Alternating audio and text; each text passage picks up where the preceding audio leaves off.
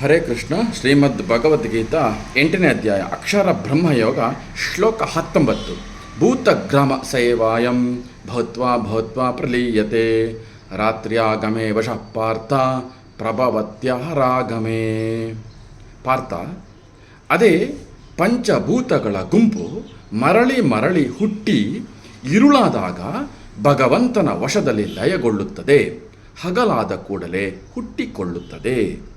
ಅರ್ಜುನನೇ, ಸಮಸ್ತ ಜೀವರಾಶಿಯು ತನಗೆ ಸ್ವಾತಂತ್ರ್ಯವಿಲ್ಲದೆ ಬ್ರಹ್ಮನ ಹಗಲಿನ ಸಮಯದಲ್ಲಿ ಮತ್ತೆ ಮತ್ತೆ ಜನ್ಮವನ್ನು ಎತ್ತುತ್ತದೆ. ಬ್ರಹ್ಮನ ರಾತ್ರಿ ವೇಳೆಯಲ್ಲಿ ಅವೆಲ್ಲ ಪುನಃ ಲಯಗೊಳ್ಳುತ್ತದೆ. ಸೃಷ್ಟಿಯ ಮೂಲ ದ್ರವ್ಯ ಎಂದೂ ಬದಲಾಗುವುದೇ ಇಲ್ಲ.